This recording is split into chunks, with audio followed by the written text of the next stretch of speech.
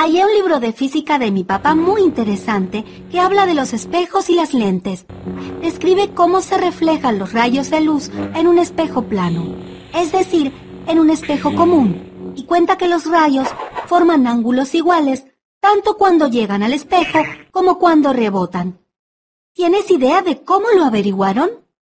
Es porque los rayos de luz son rectilíneos. ¿Recuerdas que en la clase de ciencias naturales aprendimos que la luz se propaga en forma rectilínea? Sí, pero no llego a entender de qué manera. Tú decías que en un espejo plano hay un rayo que llega al espejo y otro que rebota. Esos dos rayos se cortan en un mismo punto. Pero no sabemos cómo son los ángulos. Pero podemos aplicar lo que nos enseñó el profesor de matemáticas acerca de los pares de ángulos que se forman cuando se cortan dos rectas. Hoy trabajaremos con las tiras de papel y los ganchos que les pedí. ¿Recordaron traer todo? Sí, profesor. ¿Qué haremos con todo esto? Seguiremos conociendo características de los ángulos. Tomen dos varillas y pongan un gancho que las atraviese aproximadamente por el medio. Vamos a utilizar las varillas como si fueran rectas. ¿Los ángulos son todos iguales? No siempre. Depende de la manera en que los armemos. Dibujen alguna de las configuraciones que les quedaron armadas y nombren con alguna letra griega los ángulos. Ya está. Copié la que yo había armado. Como bien dijeron, quedaron formados 4 ángulos. Los pares de ángulos que se encuentran uno a continuación del otro se llaman consecutivos. Estos son, según la configuración que has dibujado, alfa y beta, beta y tita y delta y alfa.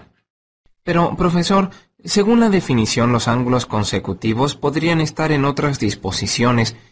Por ejemplo, así. Exacto. Esos son consecutivos. Pero volvamos a los que nombramos anteriormente.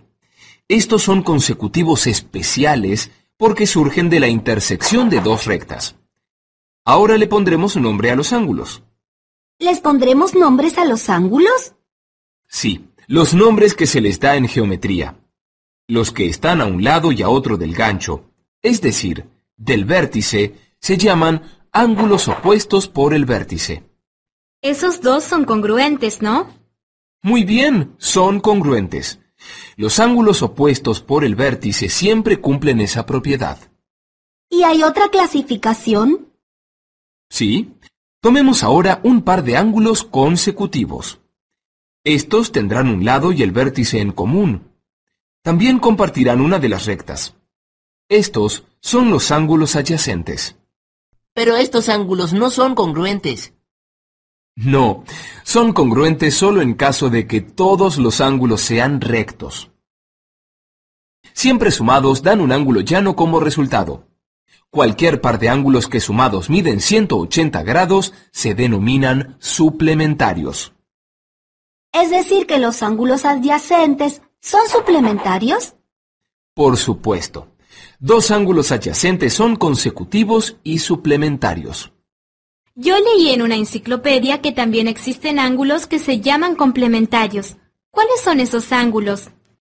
Son los que sumados miden como un recto, es decir, 90 grados. Creo que pude entender mejor lo de los dos ángulos. ¿Por qué no tratamos de analizar el problema de los espejos planos? Mira, hice un dibujo parecido a una de las figuras del libro de mi papá. Los rayos los dibujan como líneas rectas. El espejo también es una recta y tiene una perpendicular. Esa es la recta normal. ¿Cómo pensaste en la relación de los ángulos? Si prolongamos los rayos, nos queda un esquema parecido al que nos enseñó el profesor. El libro dice que este fenómeno lo estudiaron con experiencias, pero yo ya reconozco los ángulos opuestos por el vértice y estos son iguales. Sí, y si tomamos la normal y el espejo forman 4 ángulos rectos e iguales. La normal así definida contiene a la bisectriz del ángulo formado por ambos rayos. ¿La bise qué? La bisectriz. ¿No lo recuerdas? Es la semirrecta interior que lo divide en dos ángulos congruentes. Ah, cierto. Además, en el esquema quedan varios pares de ángulos congruentes. Entre esos pares están los que forman el rayo incidente, con la recta normal y el rayo reflejado con esta última.